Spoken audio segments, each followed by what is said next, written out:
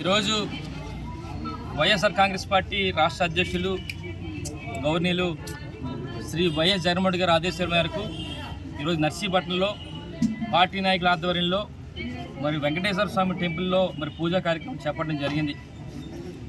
దాని గురించి మీ అందరూ తెలుసు ఎందుకు చేస్తున్నాము. ఎందుకంటే సాక్షాత్ ముఖ్యమంత్రి స్థానంలో ఉన్నాక చంద్రబాబు గారు మరి ఏదైతే మరి లడ్డు మహాప్రసాదం ఉందో ఆ లడ్డు జరిగిన నెయ్యిలో జంతువులు కొవ్వు ఉందని చెప్పి చాలా ఆరోపణలు చేసిన సంగతి మనందరం చూసాం.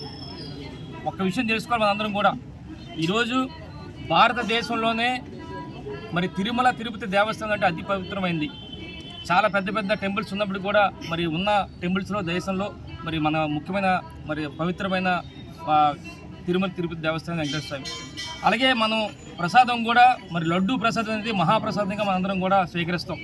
అలాంటి లడ్డు ప్రసాదంలో కలిపిన నెయ్యిలో జంతువుల యొక్క కొవ్వు ఉందని చెప్పి ఆరోపణ చేయడం చాలా సిగ్గుచేటని చెప్పి ఒక ఉన్నతమైన స్థానంలో ఉన్న మనకి ముఖ్యమంత్రి స్థానంలో ఉన్న చంద్రబాబు గారు ఈ విధంగా చేయడం చాలా దారుణం అని చెప్పి మీ ద్వారా తెలియపరచడం జరుగుతుంది.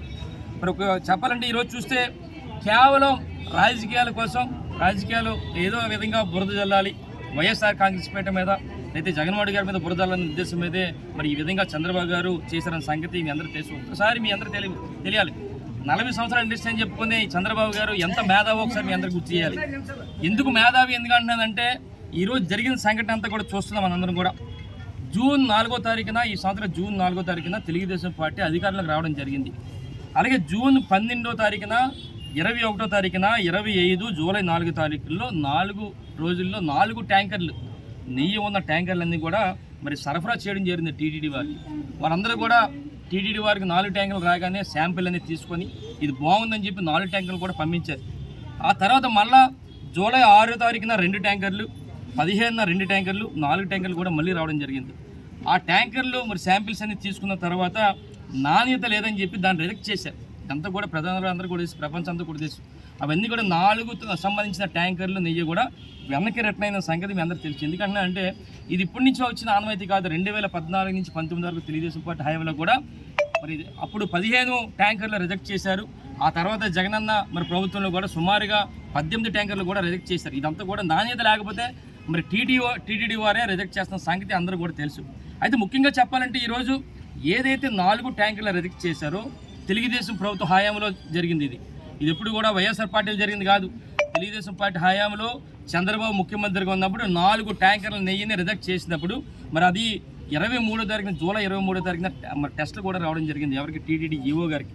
అందులో ఏముందంటే యానిమల్ ఫ్యాట్ ఉండొచ్చు అని చెప్పి ఒక రిపోర్ట్ వస్తే దాన్ని జూలై 27వ తారీఖున ఎవరైతే మరి వాళ్ళు నెయ్యి సప్లై చేస్తున్నారో ఏఆర్ డైరీ వాళ్ళకి షోకాజ్ నోటీస్ కూడా ఇచ్చారు.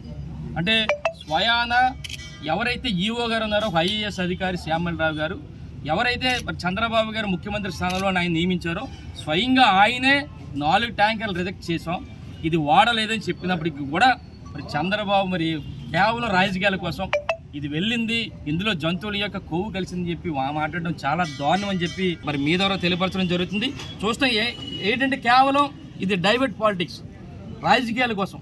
మననే చూసాం చాలా ఇన్సిడెంట్లు జరిగినాయి 3 నెలల్లో. గుడ్ల వల్లేరు సంగతి చూస్తే ఈరోజు ఆ మహిళలు పాపం విద్యార్థులందరూ కూడా ఆ సంఘటన ఏమైంది కూడా పక్కకు పోయింది.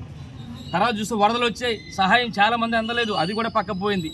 మరి 100 రోజుల మరి యాత్ర అని చెప్పి చేశారు ఒక 6 రోజుల పాటు. 100 రోజులు ఏమీ లేదని సంగతి ప్రజలందరికీ తెలుసు. అది గమనించిన తర్వాత అది కూడా పక్కకు పోయింది. తర్వాత మేనిఫెస్టో 6 సూపర్ 6 ఓడిపోయి అంటే ఇవన్నీ కూడా ప్రజలందరూ కూడా చర్చిస్తున్నారు. ఏమీ చేయట్లేదని ఒక ఆందోళనతో ఏదో ఒకటి డైవర్ట్ చేయాలనే ఉద్దేశం మీద ఇది కొత్తగా తీసుకొచ్చి లడ్డు కథ తీసుకొచ్చి మరి ఈరోజు మరి చంద్రబాబు గారు ఈ విధంగా మాట్లాడడం జరుగుతుంది. కేవలం డైవర్ట్ చేయడం గురించి అంటే ప్రజల్లో ఇప్పటికే వ్యతిరేకత రావడం జరిగింది. ఎందుకంటే ఈరోజు చూస్తే తెలుగుదేశం పార్టీ నాయకులే కూడా ఈరోజు 100 రోజుల్లో ప్రతి ఒక్కరు కూడా ఎన్నికల ముందు ప్రతి ఇంటి కూడా ఎన్నో వాగ్దానం చేశారు. సూపర్ 6 వస్తుంది అని చెప్పి ఎన్నో వాగ్దానం చేశారు. ఈరోజు అదే గ్రామంలో ప్రజలందరూ కూడా మరి తెలుగుదేశం పార్టీ నాయకులను కూడా మరి అడిగే పరిస్థితి ఉంది. అందుకని ఇవన్నీ కింద తప్పించుకోవడం కోసం కేవలం చంద్రబాబు డైవర్ట్ పాలిటిక్స్ చేస్తారని చెప్పి మీ ద్వారా తెలియపరుస్తూ ఇప్పుడు కొత్తగా వెలుగులో తీసుకొచ్చారు. ఇది తీసుకొచ్చి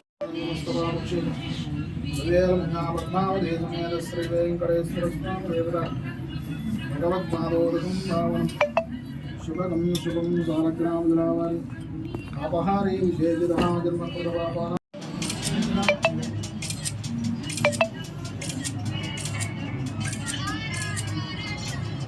జ్ఞానరేరస్య పురాణ పురుషస్య పురుషోత్తమస్యాంగే సమాహస్య